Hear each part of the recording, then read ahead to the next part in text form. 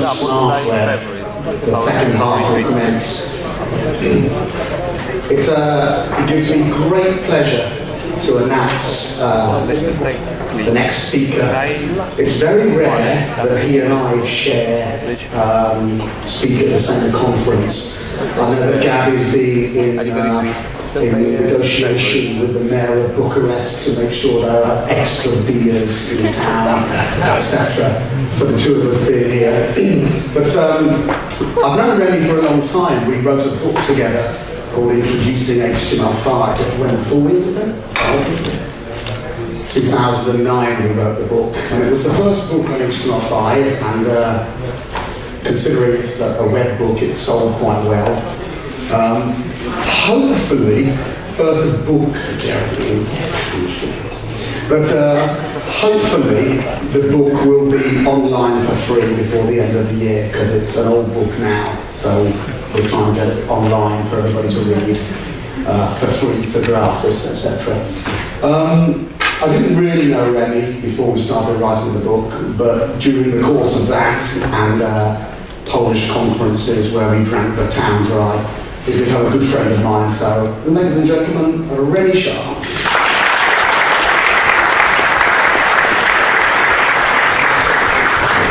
Okay, right, so I'm Remy, as Bruce introduced me. I'm going to do something a bit different than I've done before. It's post-lunch break. I get you all to stand up. Okay, you're going to have to stand up. Come on. I'm standing up. At least you can do it the same, right? Okay, I have to wake you up a little bit. So first thing is, most of you have a mobile phone. Take it out of your pocket, stick it in the air, really high. Stick it in the air, just don't care. Right, hold it up there, stretch. Stretch, come on. Yeah, do some air squats. Yeah, it's going to happen. So an air squat is that, okay? We do 10 air squats together. Are you ready? I'm going to count with you, okay? 1, 2, just to wake you up. 3, 4, 5. You guys aren't squatting, these guys aren't squatting. 6. At the back, you're not doing anything, you're not even raising your hands. Okay, keep your phones out, sit down. Keep your phones out, we're going to use your phones. Alright, hopefully there's some blood running through the system like it is mine. So I'm going to start off with like a little demo that I wanted to make for this talk to kind of illustrate real time on the web. So if you take your phones or your laptops to game.rem.io, and I call it a game, I'm being a bit generous with the word game, it's a thing that you can try and play. So you'll be presented with an alert box, because alerts are cool, with some instructions. And basic instructions are, take a picture of your face, it'll upload it, you'll get given a colour, I think there's only 3 colours or maybe 4, and you have to hit other people's face that have the same colour. So, a bit of regression as you get out of the start. So, and what we've got is a real-time leaderboard of people who get the most hits. So Jeremy has an iPhone, that's why his face is on the side there like that, because iPhones aren't very good. So you should be seeing something like this. It's quite a hard game, I realised when I sent out to Twitter. People found that the colours are changing underneath them, but the point is, like, this is happening in real time over the internet, you know, using whatever socket technology. It took me longer to code the rounded circles and the animation effects. Like, if someone leaves, if you hit a player of the same colour, there's like a little spinning animation. That took me just as long as a lot of the socket work. So really short amount of development time, like within a day sort of thing. And also, if anyone gets bored with this talk, you can just keep playing that by yourself. So bonus. Right, I actually have a timer. Sorry. So I wanted to show you just a little bit of the code that goes with this. So this is all JavaScript and Node. I'm going to kind of talk through some of the Node later on. There's a few files. Main is basically where you upload the file, upload the picture of yourself. It posts up to the server. We handle a bit of the alert box, you know, showed a couple of times. And there's the game UI script, which handles drag and drop. So if you want to drag and drop a picture into the game, you can. We have, like to confirm here, change update color. So I can give it a color, and I'll just go ahead and change the color around your picture and change the banner across the top, which you hopefully can see on your phones if anyone looks at it. Did it, just for those of you who didn't actually bother getting your phones out, it crashed? Why was no one telling me this? Alright, well, let's pretend it didn't crash. Yeah, anyway, let's pretend it didn't crash. Anyway, the socket stuff is very easy. What's that? Check the box. Check the box? Kick the box. The logs? Oh no, the log said it crashed. I mean, I can fix it. I'm just not going to fix it now. Anyway, I'm sure someone probably tried to inject some like I said, less than 24 hours worth of code. In fact, it works as a miracle by itself. Is this screen working? Okay. So I've crashed the screen as well. Those of you can't see up there. So this is some of the code that actually drives the game, and it's I'm using a library called Primus. So it's just an abstraction on top of WebSockets. No, sorry, it's not an abstraction on top of WebSockets. It's an abstraction on top of some socket technology. It doesn't really matter if it's WebSockets or not. I don't care that it is WebSockets or not. The server cares. And I'm listening for specific events, which allows me to break my code up. Like Socket.io looks a lot like this kind of code. And the server will say, there is a warning event, and it's going to be just for me, and it'll tell me what that warning is. So when you got hit, it will give you a warning saying you got hit and your color was changed. If we have this change event, this calls the remove function, which here, which basically just gets rid of that user. It spins them away, and then after a timeout, it just actually removes it from removes the old image from the DOM. We have this reset, which will fire every time the server's reset. So if the server actually reboots, if I reboot it now, your games should all come back online. It won't give you the pictures back because I'm not persisting the images, but it will come back online if you're playing. And this leaderboard that I had up a moment ago, this leaderboard will just reset back down to its empty state without having to refresh because it listens for the reset event. And then we have the scores and color changes and so on. And the actual scoreboard listens to very similar events. It's listening to the same reset events and listening to the same change events. And I'm just doing something when an event comes up. And it's very little code to actually achieve this real-time aspect to this game. The one thing that's unique to the scoreboard is it listens to a scoreboard event. And I don't want to, so this scoreboard event says, here are all the scores for the entire game. So all of the data that's driving this page can get sent in one big blob. So tell me every single user that's playing and tell me the score that they're currently on. I don't want that going out to all your phones and trying to reduce the amount of data that's going out there. So there's a session that says, if I load the score page, it'll drop a cookie, and when my WebSocket connects, it'll see that that cookie is there for this particular page. And when it comes to actually sending us the scores, it will only send it to the session that has the scoreboard page up. Does that make sense? I'm going to post all this code. The talk isn't just about this code, but I'm going to post all this code so you can kind of riff through it and see how bad it is. But it does make it.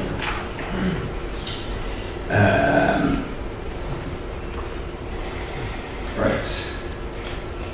So the point of the game, like I said, there's 24 hours worth of code.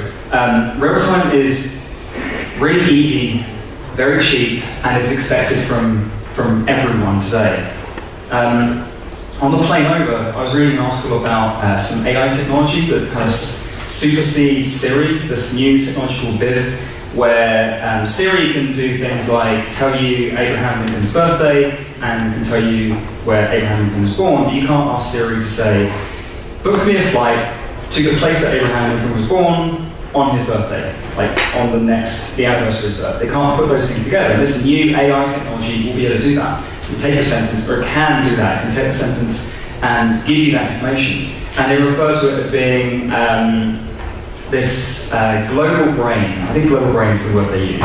So in the cloud, sorry Jeremy, a global brain, which scares the hell out of me at the same time. But the idea of being able to say anything to like your car or to your computer and it just has the information instantly is where we're going to. That's the world we're getting to live in, or going to be living in a few years' time. Which is insane, given that I can still remember like watching a news, something on the BBC, and they will announce like there's been a thing that I want to know more about.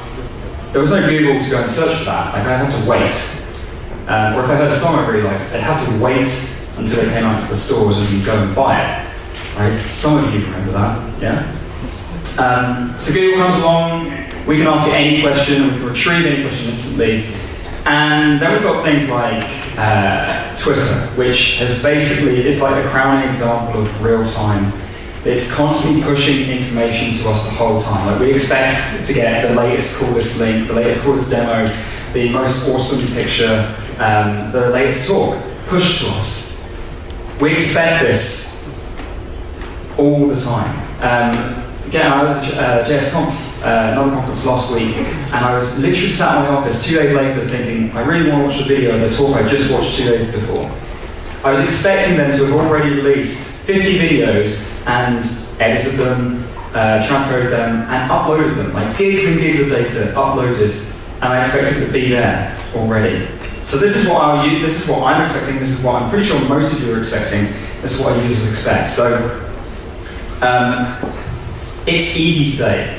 Okay, it's easy to add real time today. So Gary Ruch, the creator of Socket.io, gave a couple of talks over the last couple of years, I think, about real time, particularly Socket.io and some of the projects he worked on. And I'll post links and so on afterwards as well. But he went on to try and define like what real time means to him when he's talking about it. And he boiled it down into fast and self-updating. So you want the data to be delivered from the server to your client as fast as possible, and you want that application to be self-updating to know where it should be up to. I.e., if all the connections drop in this game, it should remove those people from the game and should be able to still play it.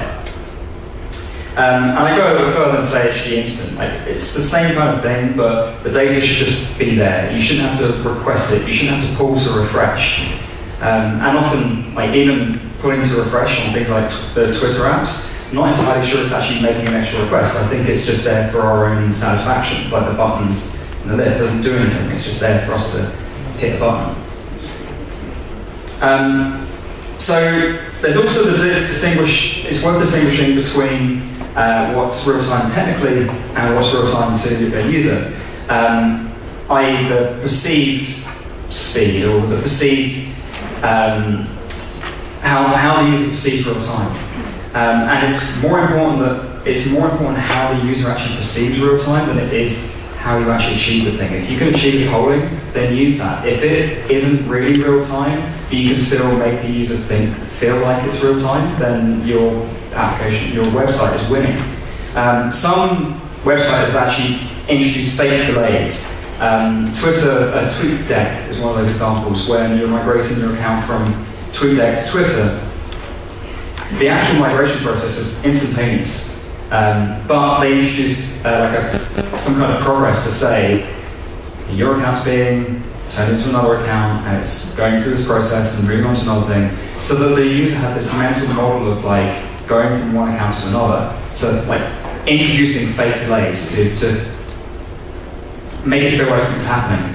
I heard a guy talking about if anyone uses Roku, kind of going from one dyno to 2,000 dyno or 200 dynos. Like you just created 200 new machines out of nowhere, and all it required was doing that.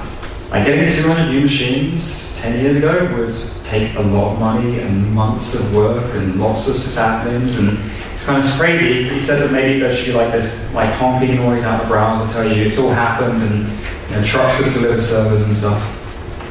And then the inverse of that I kind of keep bumping into, and I don't have a solution for it, but it's worth kind of being aware of as kind of push technology makes its way into browsers in the next few years is that if anyone's had a mobile phone, they get like a DM that says, Jeremy loves me. And I want to go and look at that on Twitter. And but I'm still on the move. So between the point at which I got the notification from the phone and the point I actually opened the Twitter app to look at the DMs, there's no network service, or it's slow, and it's just not there. I have to wait for it to get there, even though my phone told me what the message was. Has everyone else had that same thing? Yeah? No? Okay, I have. But it's worth considering when we're building these things.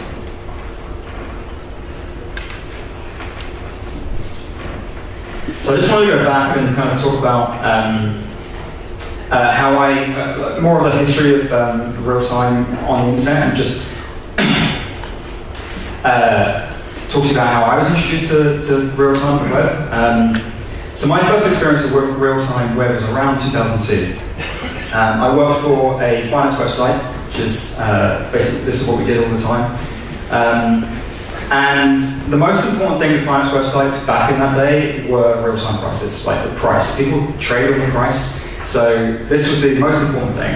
And to get real-time prices into a website, you'd have to get big licenses with the stock exchanges, and usually a dedicated line to the stock exchange so that data would come over that wire. The closer you were to the stock exchange, the better, because it would be physically less distance to go to transfer such a large amount of data. They normally have like big Java teams writing lots of Java apps, and you probably have a Java applet in your browser, which is awesome and retro. And then over the years, maybe it became Flash and so on. But what was more common at the time is that you would go and grab a delayed price file. So there was like 15-minute delayed prices. Yahoo would host the FTSE 100. Sorry, I don't actually know what the market is in Romania, but it would host a file, CSV file, all the prices, all the stocks, and we would just go and grab it every 15 minutes. So this file will change every 15 minutes. And although we didn't do any Ajax in that day, this is what a self-updating page would look like. We'd have this update prices call. Maybe you're just looking at the Microsoft page, and it says, I'm going to do an Ajax hit to grab a price for Microsoft. I'm going to do that. When I get the data back, I'm going to render the prices on the page, and I'm going to make that call again in 1 minute. So bear in mind the prices update every 15 minutes. We're making an XHR call at 9:15, the price is $45, and makes another call at 16, 17, 18, 19, the prices keep coming back the same.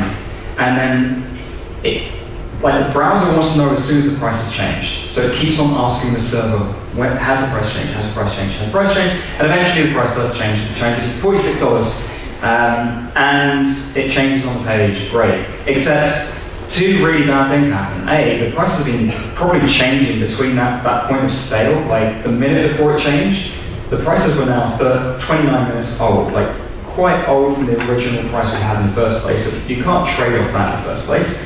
Second of all, most importantly, from a technical perspective, you're just hitting the server for no reason. You're constantly going, has it changed, has it changed, has it changed? And this is just wasteful. And the server's the ultimate source of truth, right? You want that data to be pushed to the browser.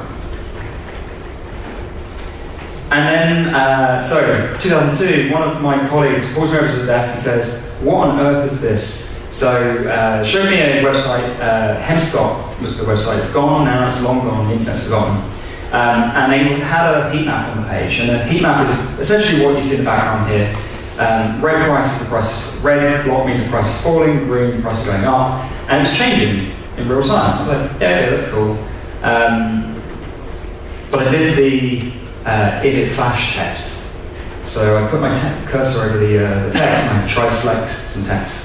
And it was all text, like it was web.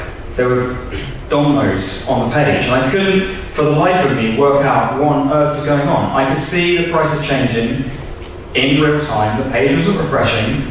There was no flash. It wasn't flash. There was no Java there. It was just magic. Like it was just straight up magic.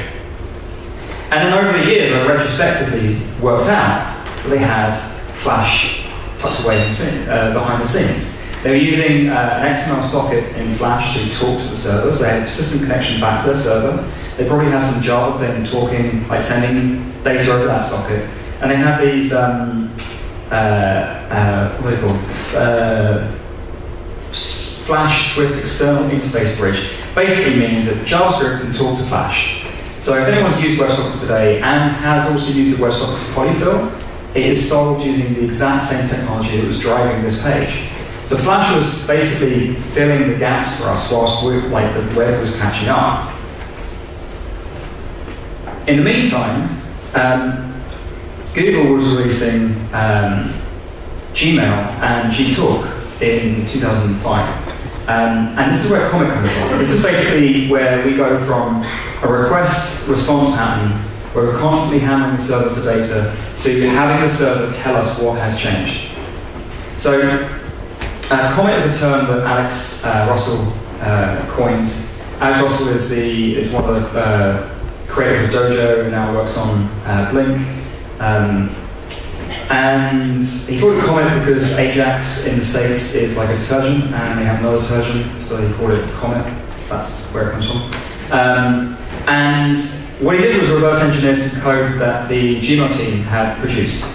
So, right, 2005, XP, IE6 XP is kind of the main browser, and if anyone remembers, there was an audio suite in XP, and whenever you opened a browser, well, if you opened a folder, or if you refreshed your browser, you would hear this noise. I'm going to turn this up really brief. Ready?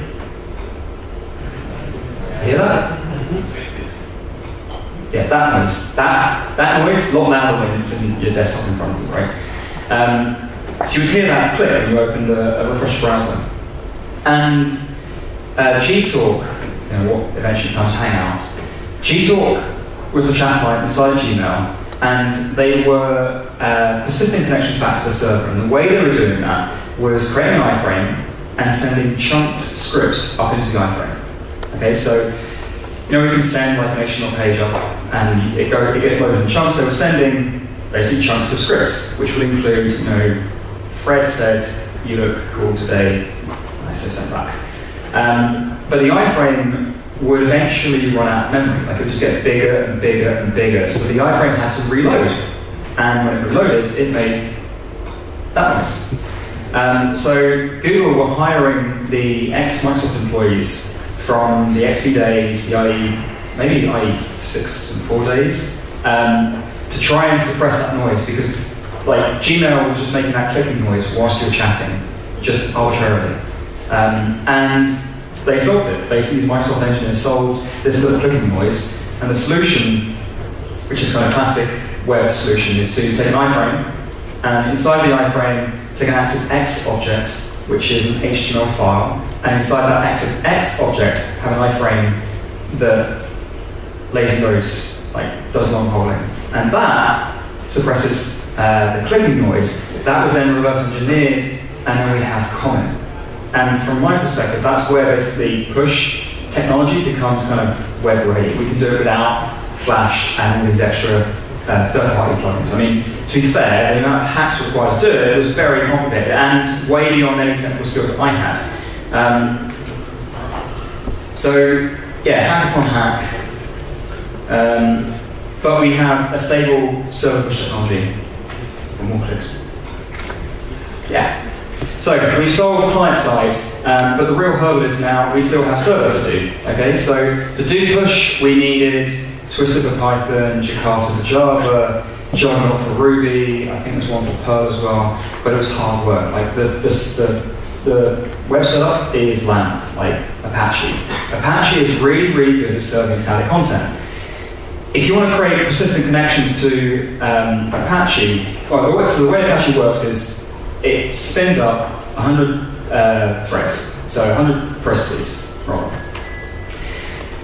And you can configure it differently, but let's say this one's got 100 child processes, which means that if we wanted to create this, that scoreboard basically, if we had 100 persistent connections, it would be fine, because each one of those processes could deal with every one of those requests. But when you come in to make the 101st request, nothing happens. Apache only has 100 concurrent requests it can do. And because it's dealing with everyone else, it just doesn't respond at all to the other requests. So it just sits there hanging, and the web request never comes back. There's no feedback at all. So it didn't really scale, and it was, again, way beyond the reach for kind of like average developers, front-end developers. So, fast forward to 2009, Ryan Dahl. At JSConf EU 2009, Ryan introduces Node Evented I/O for VA. And the talk, I recommend you watch it, because it's a pretty interesting talk, very technical. Starts off really technical, and I'm one of these people who are like, I need just a nugget of information I can stick to, and then it works. Pretty much the first half of the talk, I didn't have a clue what he was talking about. It sounded clever, did sound clever, but I didn't know what he was talking about. And then he shows me, or he shows everyone, just a small snippet of code. And this picture in the background, it's an IRC server that he's running with like very few lines of code. And what I realized is there's a lot of similarities between the way Node works and how the browser works. Like it's really, really similar, which is why it's so easy to understand. Because of the event loop, basically. So this is some pseudocode, it's not real code, but this could be how the browser works. I'm sure it's much more complicated, but this is how Node would work as well. It boots up, initializes, like renders the page, and it waits for messages. This is the event loop. And the message can be the mouse moved, or the user clicked, or there's some JavaScript to run, or an XHR callback has completed, or an image is loaded. And then once that message comes back, it does that message. So if you write while true in JavaScript, and it's processing that message, you click, browser does nothing. It's because it can't get onto the next message. You've taken off that event loop. And Node works exactly the same way. And because of this loop, Node can say, I'm going to take your web request, and if I don't have anything to do with you, I don't have to do anything with you, I can just hold on to it and deal with the next web request.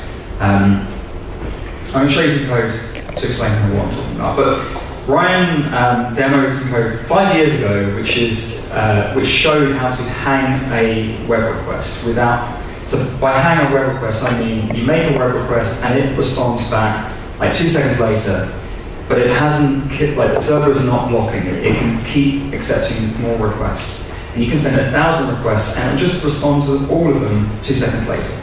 Whereas Apache just won't do that. So this is some client-side JavaScript. That URL should work. You might be able to crash it, but it should work. This is just some client-side JavaScript. It's going to write some more scripts to the page, which does console log, and every 2 seconds it'll write more scripts to the page. Okay, so I'm just going to expand it out a little bit. Yeah, keynote animations. And then there's a bit more craft to go around, just move to the server side. So the extra code I've just introduced will create a web server that will listen on port 8080.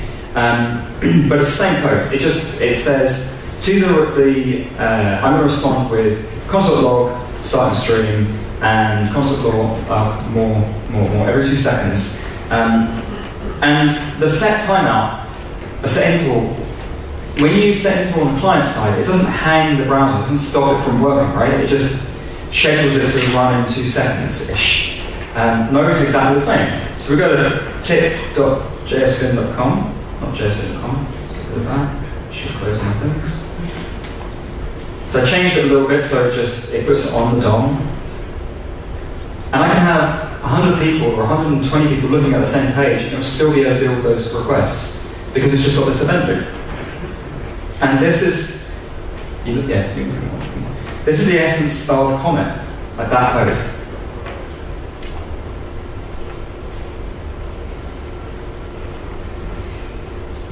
Which is cool because Comet a few years ago was super, super hard. So, it's also worth kind of saying that, if you haven't tried Node, and maybe some of you haven't, it has first-class support on Windows, Mac, and Linux, like all 3 platforms. And the 2 binaries you get with it give you everything you really need. So Node and npm, which is basically module installer. So these technologies eventually get codified into standards.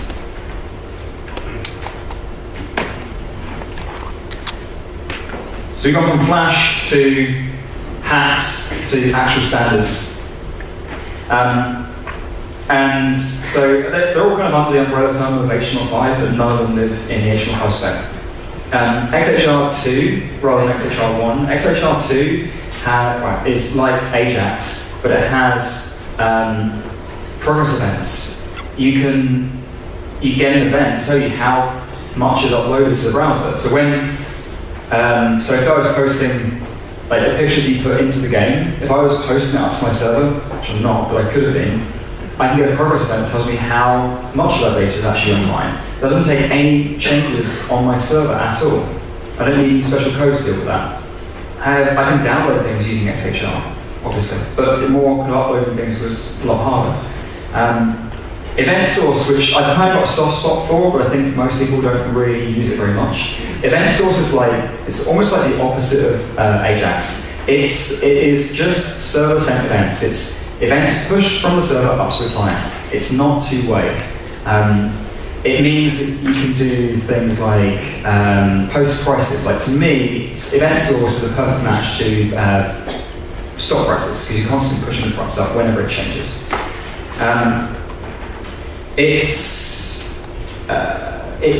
It can be polyfilled, just pure JavaScript. It doesn't have any support in RT. I have no idea why they're not supporting it, but I think it's under consideration, which basically means no. But it can be polyfilled with pure JavaScript. And so with JSBin, my side project, to do live reload on all our mobile devices, including Android 2, we use a combination of Ajax and event source because to polyfill WebSockets you need Flash, and if the browser doesn't have Flash, i.e. mobile device doesn't have Flash, then you don't have that two-way communication. But then the last one is WebSockets. So bidirectional sockets, you can have them secure as well. And what's particularly interesting about WebSockets is it's cross-origin by default, which means, so if you want to go cross-origin with Ajax, you have to send cause headers, you have to respond properly from your server, you might have to deal with all kinds of extra like pre-flight nonsense. WebSockets, so I don't know what environments you have in your server environments are, but it might be like a .NET shop.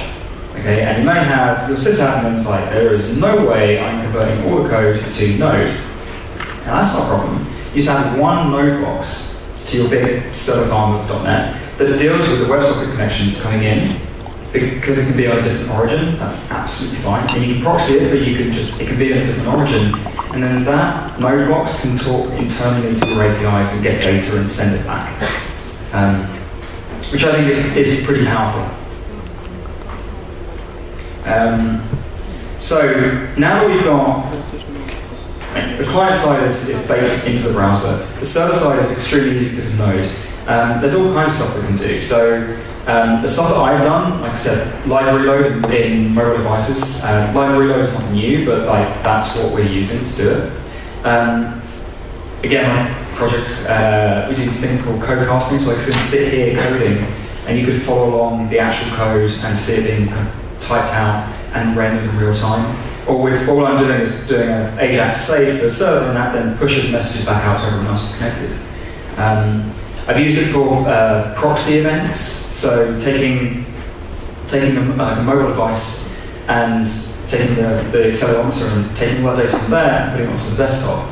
I think towards the end of last year, Google released like a crazy marbles game type thing where they used your mobile phone as like the controller to the desktop. So desktop will be the main game, the actual controller will be the mobile phone will be the controller because they're proxying all the events from the mobile device into the browser. So there's a few important details that you're going to hit if you're going to do this at kind of larger scale. I guess it would be nice if my server hadn't crashed, that would be cool. It didn't crash when we tested it yesterday. Really, quite an important one is if you're going to do WebSockets, you need to you want to serve over SSL, or you want to just go strong polling. And the reason for that is that mobile carriers, a bunch of them will just drop the WebSocket connection if it's not secure. And so O2, very big provider in the UK, if your WebSocket is not secure, they will just ditch it after a very short amount of time for no good reason. But SSL is a good thing anyway, so it then guarantees connection and makes WebSockets work basically over mobile.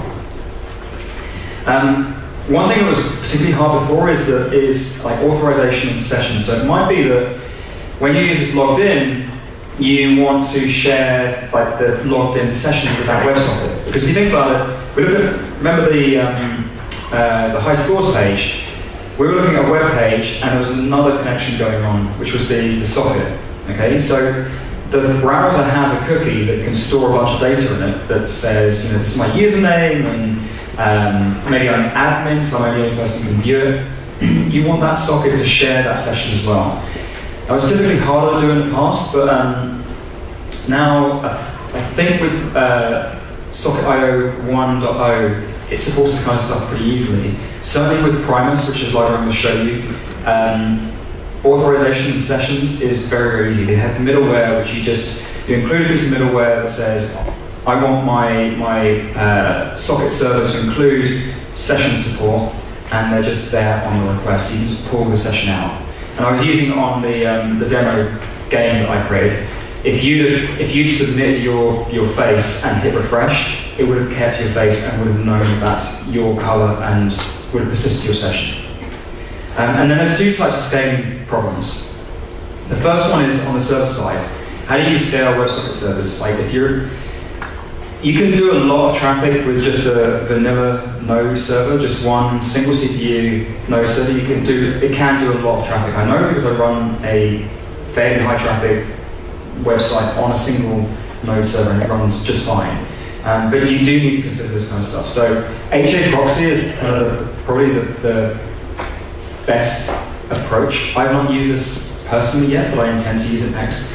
Nicholas Zakis has a really good article on how to use HA proxy with Node, which I'll include a link for. It's titled that it should actually be Node HTTP proxy and Nginx as well as a proxy service to proxy across. Basically, you want a load balance. If you're looking at Node, read that if you don't want to be using Node cluster. Node cluster won't evenly balance around your CPUs. One CPU could have 70% of the load, and one could have 20, and another one have 10. It's been fixed in Node 0.12, which hasn't come out yet. But if you want to load balance, you want to be looking at these kind of solutions. The next one is the client-side scaling. So browsers have a maximum number of persistent connections that they can make to a server. It's actually in the HTTP1 spec. It says you can only connect to a maximum of 2 persistent connections to a server, according to the spec.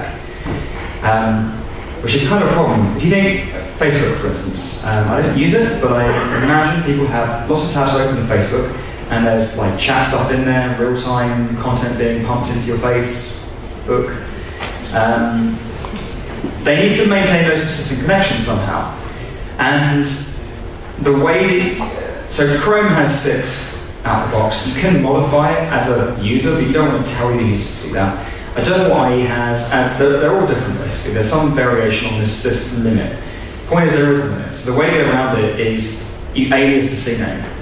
So instead of socket.facebook.com, they'll have abc.facebook.com, and then they'll randomly generate, when you visit another tab, it'll be gfd.facebook.com, and it'll just randomly generate a new CNAME at the first part of the domain, the host. And that will just alias down to their WebSocket server. And that way you get around that concurrent, maximum number of requests, basically.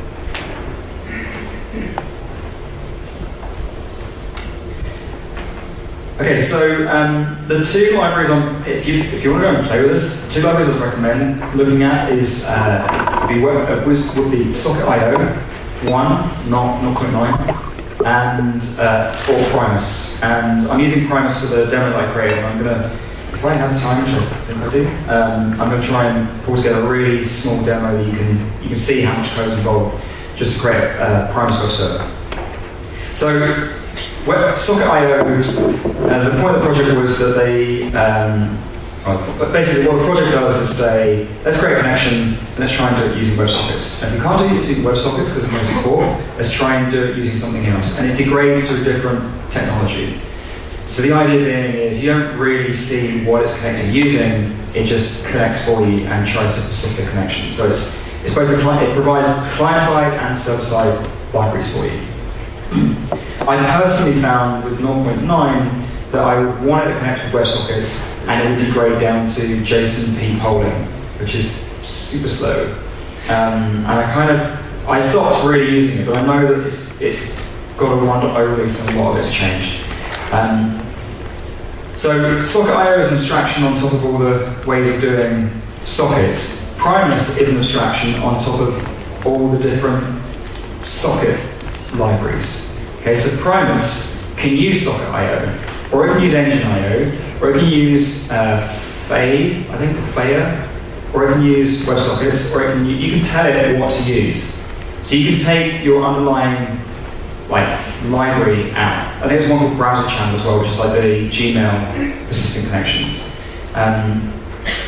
And what I like about Primus is it's got lots of little pieces of middleware, so I can either be, I can just take data and write data and just have one big fat pipeline chucking data up and down the wire, or I can have a piece of middleware that say, okay, I want to be able to init specific events, and I want session support, and I want to be able to multiplex, and I want to be able to do this and this and this. Okay?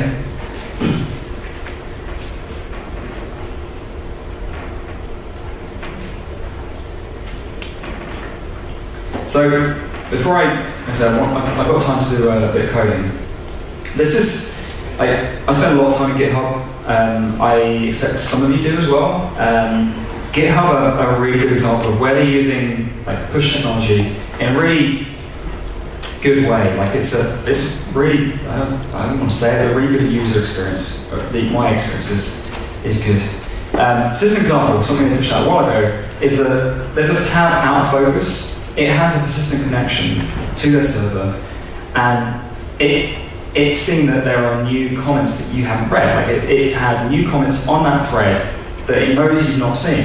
So it's updated the title of that tab, so I can see there are 3 unread messages. Same, I think Gmail has the same kind of thing. They just update, the counter. But that's not done with any special plugins. It's just web technology. This is a little project I made, 4 hours at push of work, and really just the thing is the loader. 5-minute fork is it's like a 10-minute email. Maybe you get a new email address for 10 minutes and it just discards itself, so you can use it temporarily. And I basically kept coming across GitHub repos, where people had a bit of CSS and an index page, with no online demo. So they had code that I wanted to look at, but no demo that I could look at. So I had to go and clone it, and then run it, and then delete it. And I'm lazy, so I wrote code. But this is basically a button you press, and this will go and clone the repo into another server.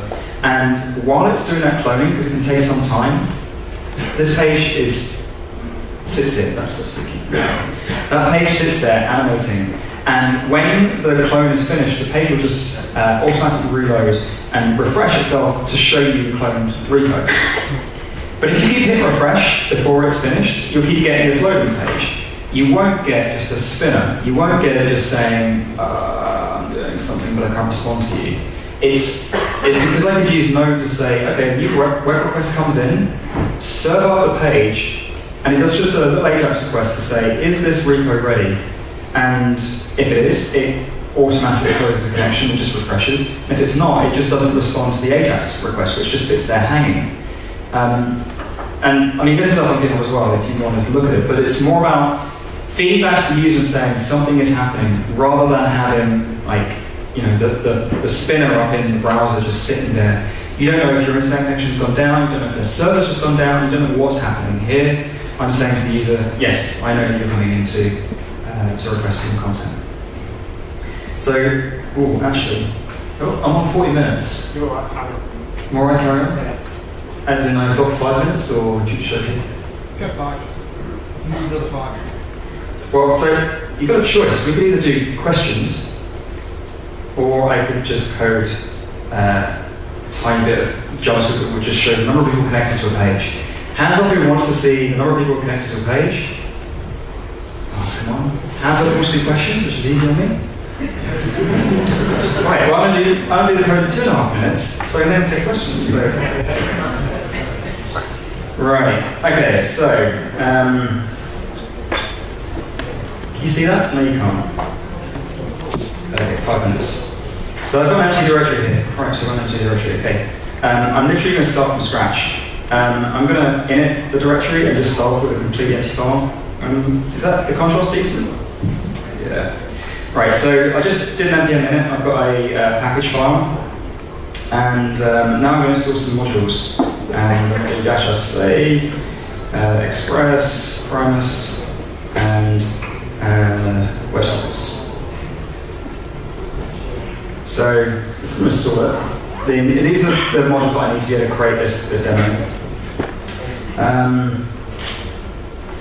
And I need a server, index.js, and a web page, because we need to serve something back to you guys when you visit this amazing website. Some people have music at this point. I don't. I like to just mumble. Right, so this will be our web page. This is our index page. Right, so we need express, var express equals require express, var Primus equals require Primus. I might refer to documentation at some point, by the way, because this is hard. Right, so Primus, I'm just going to copy and paste this guy. So this will create my Primus server. Well, create a Primus server. I need to actually create a server. Var server equals express dot create server. That's all right. Anyone know? So I'm going to on port 8000. Transformers wrong. That should just be WebSockets, I think. So these are all the different WebSockets support. So you need to grab transform WebSockets. Okay. Right. So I also want to serve static content. So I'm just going to do var app equals express. There you go. App dot. There you go. Anyone notice that typo? Does anyone know what I'm doing? You asked me live code. I couldn't answer questions, so I could explain this. So I'm going to do app.use express.static.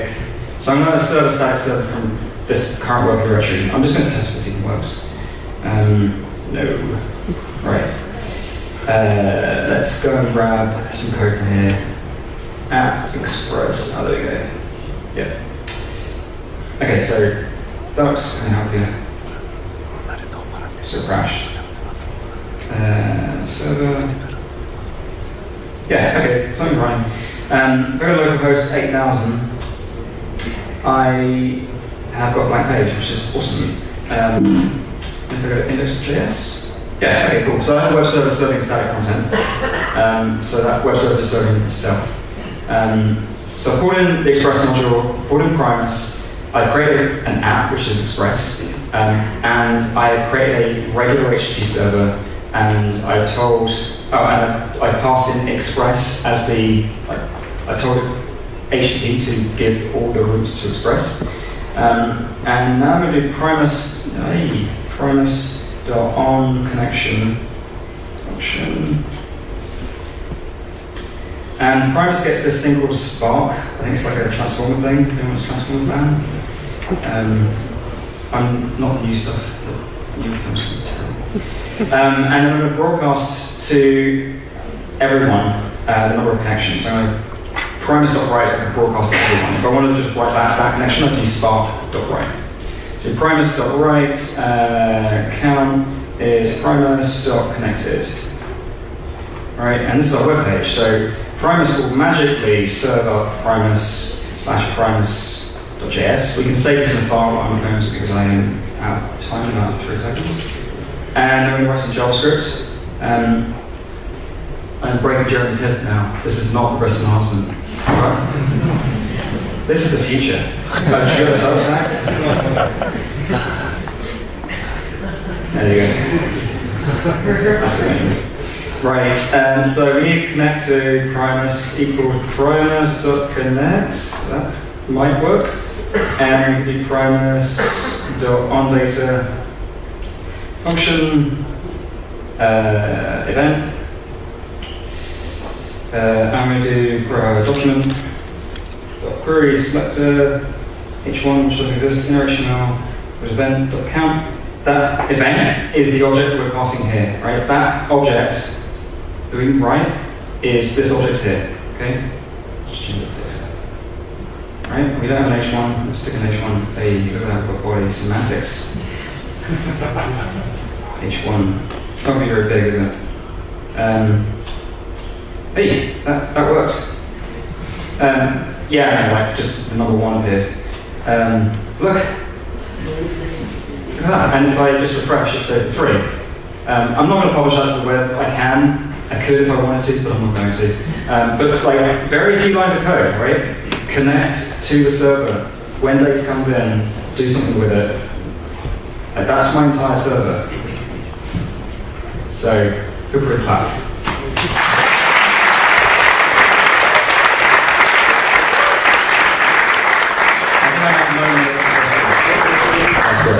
Anyone wants to I do or I don't? A couple of questions, time for a couple of questions. If anybody has a question for Remington. Any questions?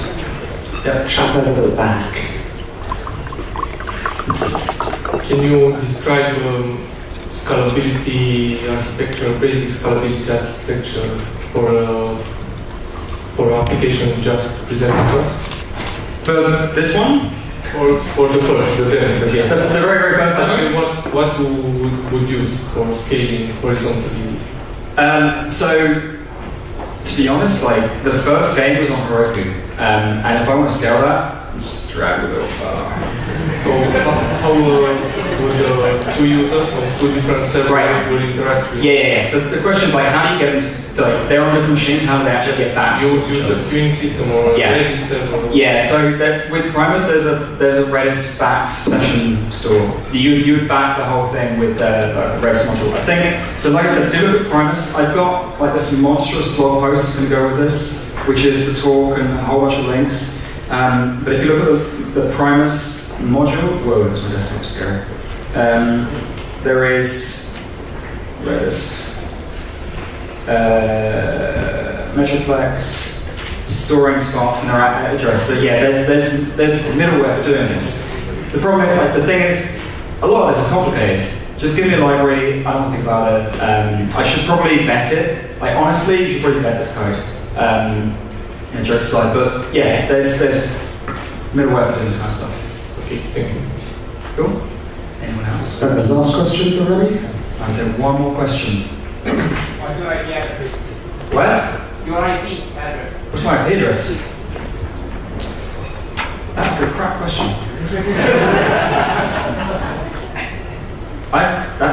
Apparently that's my IP address.